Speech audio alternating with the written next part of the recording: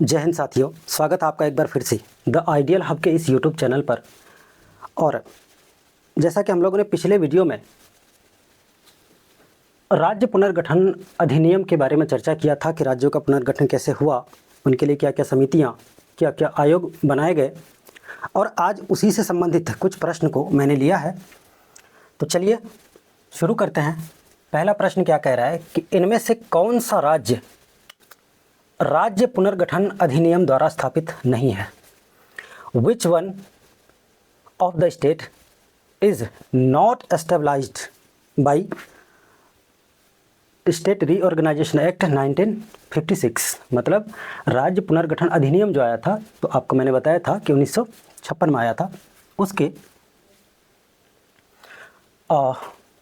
उस अधिनियम के बेसिस पर इनमें से कौन सा ऐसा राज्य है जिसकी स्थापना नहीं हुई थी।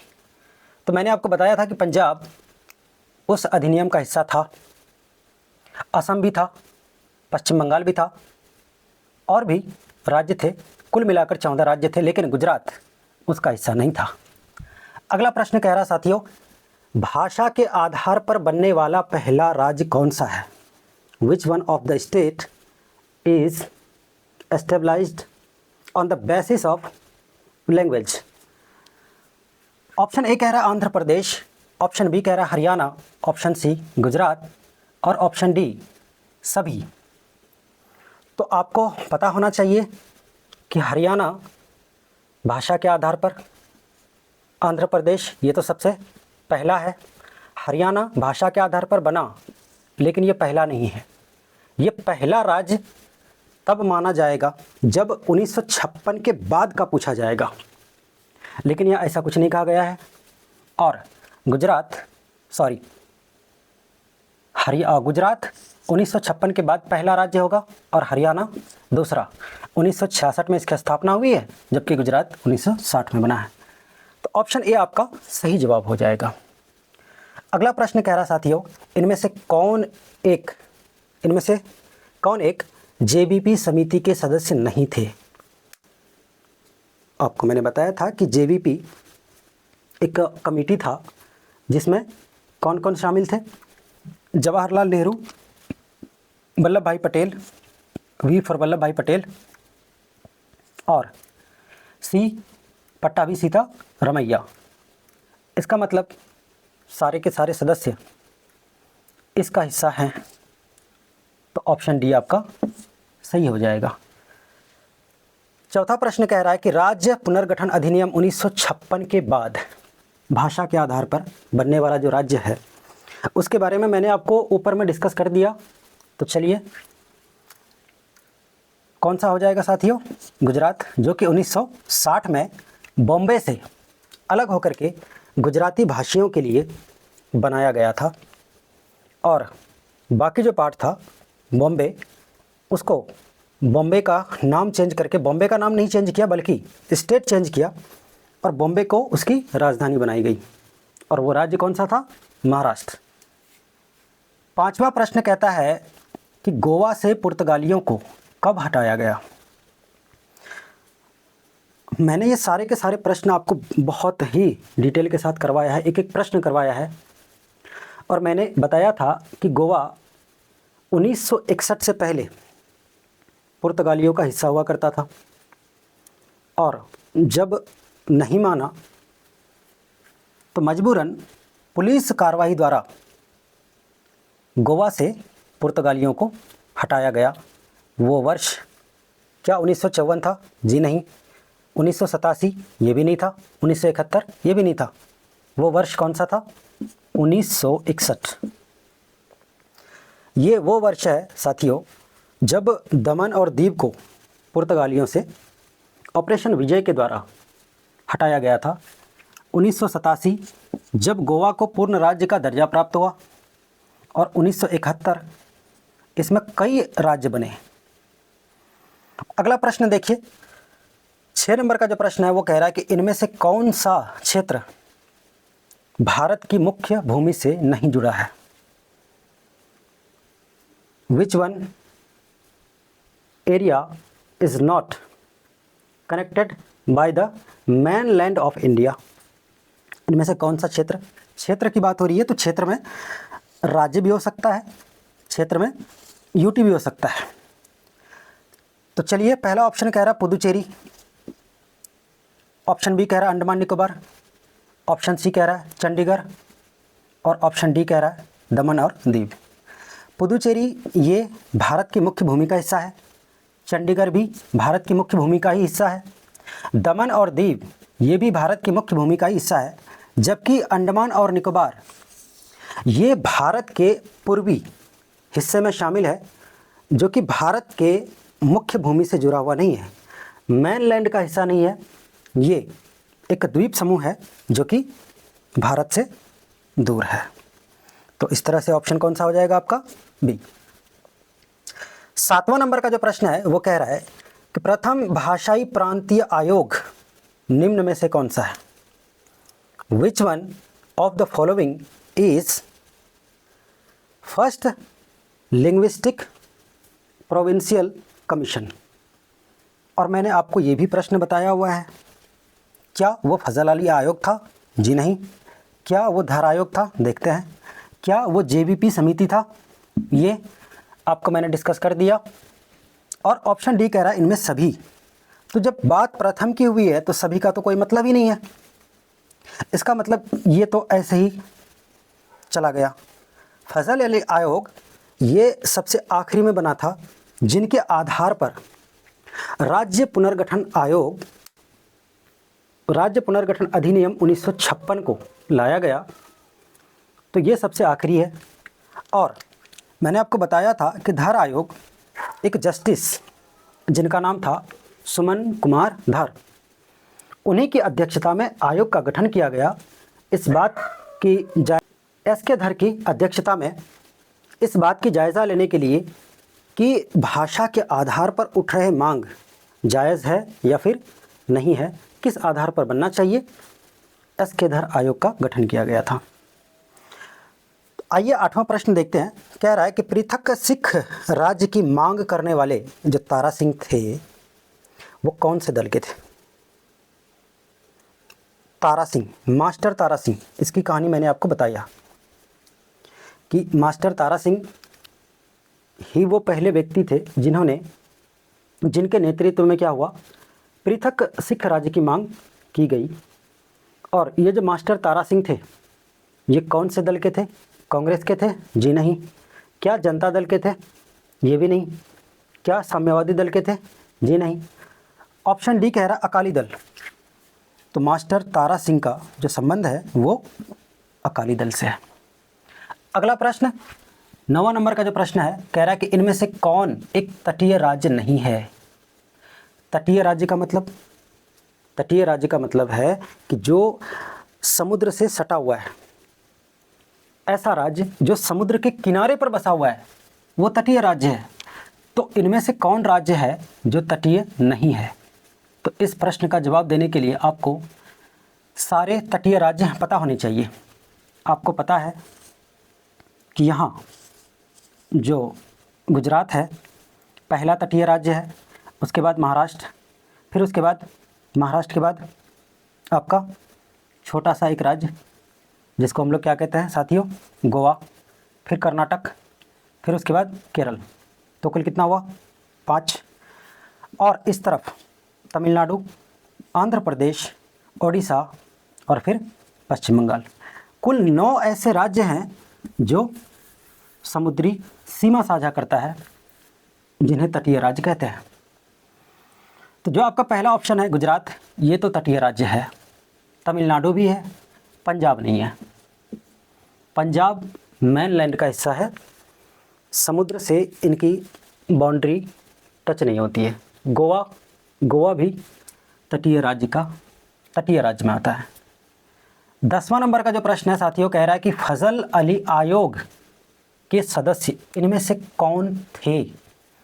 फजल अली आयोग, जिसमें मैंने आपको बताया था कि उसके जो अध्यक्ष थे वो स्वयं फजल अली थे, जिनके नाम पर इस आयोग का नाम फजल अली पड़ा।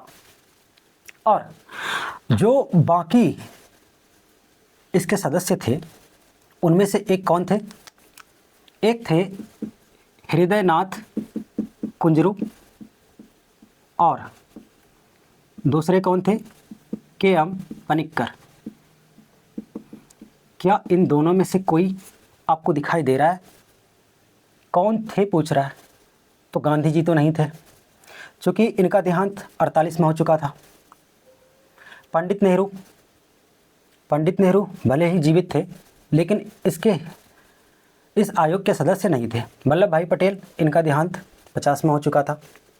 और ऑप्शन डी कह रहा है इनमें से कोई नहीं, तो बिल्कुल इनमें से कोई नहीं। 11वां नंबर का जो प्रश्न है साथियों, क्या कह रहा है देखिए, स्थापना की दृष्टि से सही क्रम कौन सा है?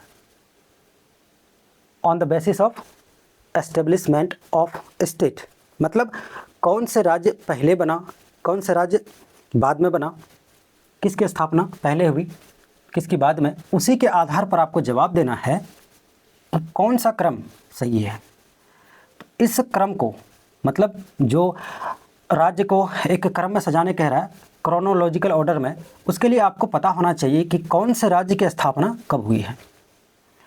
गुजरात 1960, सिक्किम 1975, हरियाणा 1966 और तेलंगाना 2 जून 2014। तो 60 पहले आना चाहिए, उसके बाद 66, उसके बाद 75, उसके बाद 14। 1, 2, 3 और फिर 4 नंबर पे। तो पहला नंबर पे गुजरात यहाँ है, ये तो वैसे भी चला गया। दूसरे नंबर पे हरियाणा, सही है।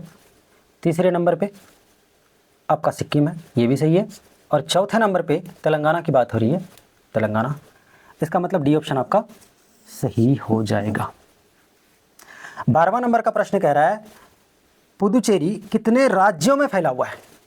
अगर प्रश्न ये पूछता कि पुदुचेरी कितने हिस्सों में फैला हुआ है, तो उसका आंसर कुछ और होता, लेकिन कह रहा है कितने राज्यों में फैला हुआ है। तो देखिए, मैंने आपको बताया था कि जो पुदुचेरी और कराईकल, ये 2 क्षेत्र, इस पुदुचेरी यूटी का जो हिस्सा है, ये दोनों तमिलनाडु में है। स्पेलिंग पे ध्यान मत दीजिएगा दोस्तों, क्योंकि मैं ना हिंदी का टीचर हूँ ना ही इंग्लिश का टीचर हूँ, तो स्पेलिंग अगर मिस्टेक हो तो आप लोग खुद संभाल लीजिएगा।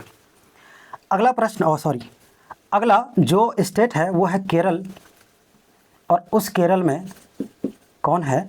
इसी पुदुचेरी का हिस्सा माहे है, और ये कहाँ है? केरल में। और एक और क्षेत्र है इसी का, जिसको बोलते हैं यनम, और ये जो यनम है ये आपके आंध्र प्रदेश में है। तो राज्य कितने हुए? 3, लेकिन कितने हिस्सों में डिवाइड है? 4। प्रश्न क्या कह रहा है? कितने राज्यों में फैला हुआ है? तो कितने राज्य में? 3 राज्य में फैला हुआ है। 13वां नंबर का प्रश्न क्या है साथियों, देखिए, कौन से आयोग द्वारा हरियाणा को स्थापित किया गया? ये वही हरियाणा है जो कभी, मतलब 1966 से पहले किसका हिस्सा हुआ करता था? पंजाब का। जब मास्टर तारा सिंह ने अलग राज्य की मांग करी, तो मैंने बताया था कि पंजाब को 4 हिस्से में तोड़ा गया। एक हिस्सा जो पहाड़ी था वो हिमाचल प्रदेश में शामिल कर दिया, और एक यूटी बना चंडीगढ़, और पंजाब तो पंजाब ही रहा, और फिर हिंदी भाषी के लिए हरियाणा बना। और जिस आयोग के द्वारा हरियाणा का गठन हुआ वो आयोग कौन सा था? वो आयोग फजल अली तो बिल्कुल नहीं था, ये तो राज्य पुनर्गठन आयोग है, और 1955 में अपनी रिपोर्ट पेश कर दिया था, जिसके आधार पर 1956 का एक्ट आया। तो ये तो होने से रहा। ऑप्शन बी कह रहा हुकुम सिंह आयोग। जी हाँ, यही है वो आयोग जिसके आधार पर हरियाणा का गठन हुआ था। धार आयोग ये पहला आयोग है जिसके आधार पर क्या हुआ, कई परेशानियां हुई। जब इसने अपनी रिपोर्ट सबमिट करी तो बताया कि जो राज्यों का गठन है वो भाषा के आधार पर ना हो करके किसके आधार पर होना चाहिए, प्रशासन के आधार पर, जिसकी वजह से दक्षिण भारत में क्या कुछ कहानियाँ हुई थी मैंने आपको बताया है, भूख हड़ताल वगैरह 58 दिनों का। फिर आखिरकार भाषा के आधार पर ही राज्य का गठन हुआ। चलिए अगला प्रश्न देखते हैं। 14वां नंबर का प्रश्न कह रहा है, किस वर्ष जम्मू और कश्मीर को 2 केंद्र शासित प्रदेश बनाया गया? In which year Jammu and Kashmir has divided as 2 UTs? पहला ऑप्शन क्या कह रहा है साथियों, 2020, 2018, 2019 या फिर 2024। मैंने आपको बताया था कि 31 अक्टूबर 2029 ये वो दिन था जब कश्मीर को राज्य से हटा करके 2 यूटी के रूप में स्थापित किया गया। और वो 2 यूटी कौन कौन बना, एक तो जम्मू कश्मीर और दूसरा लद्दाख। 15वां प्रश्न देखिए क्या कह रहा है, कौन से संशोधन द्वारा दादरा और नगर हवेली को यूटी का दर्जा दिया गया, यानी यूटी के रूप में स्थापित किया गया? तो मैंने आपको बताया था कि दादरा और नगर हवेली को पुर्तगालियों से 1954 में खाली करवाया गया और 54 से लेकर के 61 तक वो स्वतंत्र रूप से कार्य किया। और 10वां संविधान संशोधन द्वारा इनको क्या किया गया साथियों, भारत के जो मूल हिस्सा है उसमें शामिल किया। किसके रूप में, यूटी के रूप में। यूटी क्या होता है, यूटी एक ऐसा क्षेत्र होता है जहां पर केंद्र का डायरेक्ट शासन होता है। केंद्र का शासन का मतलब राष्ट्रपति का शासन, तो राष्ट्रपति खुद से तो शासन करेंगे नहीं, तो उनके द्वारा जिनकी नियुक्ति करी जाती है उनका शासन होता है, जिसको हम लोग यूटी कहते हैं। चलिए तेजी के साथ 16वां नंबर का प्रश्न देखते हैं। प्रश्न कह रहा है कि गारो, खासी और जयंतिया, गारो, खासी और जयंतिया क्या है? क्या वो जनजाति है, क्या वो पहाड़ी है, क्या वो राज्य है, या फिर ऑप्शन डी कह रहा है ए और बी दोनों? तो गारो, खासी, जयंतिया ऐसे राज्य का नाम तो कभी हम लोगों ने सुना ही नहीं है, इसका मतलब राज्य तो बिल्कुल नहीं होगा। जनजाति, जी हाँ, गारो, खासी, जयंतिया जनजाति भी है और पहाड़ी भी है। और पहाड़ी क्षेत्रों में रहने वाले जो जनजाति थे, इन्होंने क्या किया, इन्होंने अपने अलग राज्य की मांग की। और क्या कुछ कहानियाँ थी, सब डिटेल के साथ मैंने डिस्कस करा है, आप जा कर के पिछले वीडियो लेक्चर को देख सकते हैं। 17वां नंबर का प्रश्न कह रहा है कि वर्ष 2000 में बनने वाला राज्य नहीं था, मतलब नहीं है।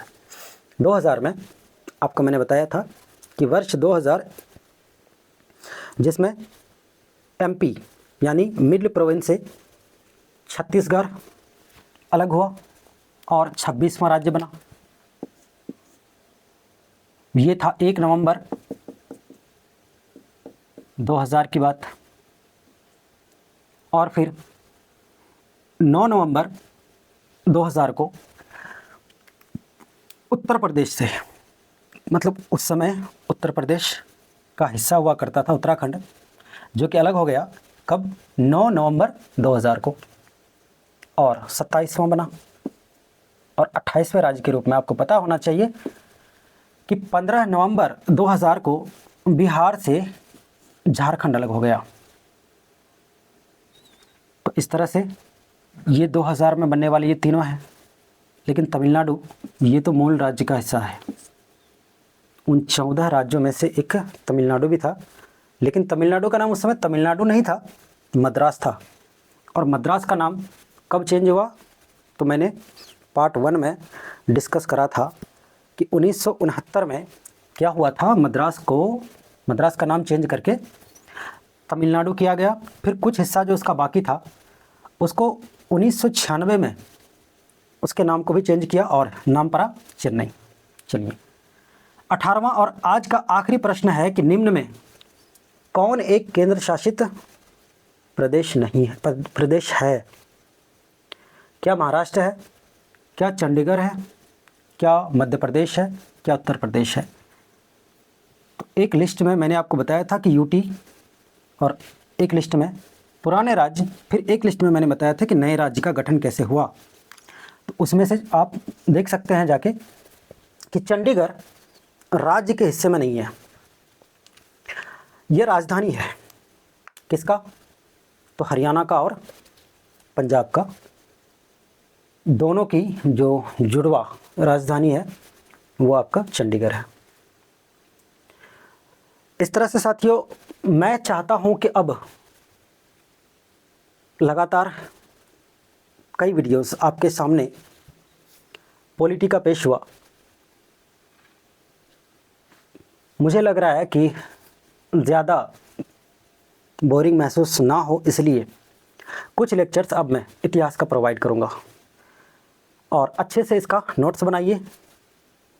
और जब 12वीं का एग्ज़ाम हो उसके बाद मैं फिर आऊँगा आपके पास एक डिटेल वीडियो के साथ, और मैं आपको प्रत्येक प्रश्न का आंसर बताऊँगा कि जहाँ से भी प्रश्न आएगा यहाँ से बाहर तो बिल्कुल नहीं आएगा।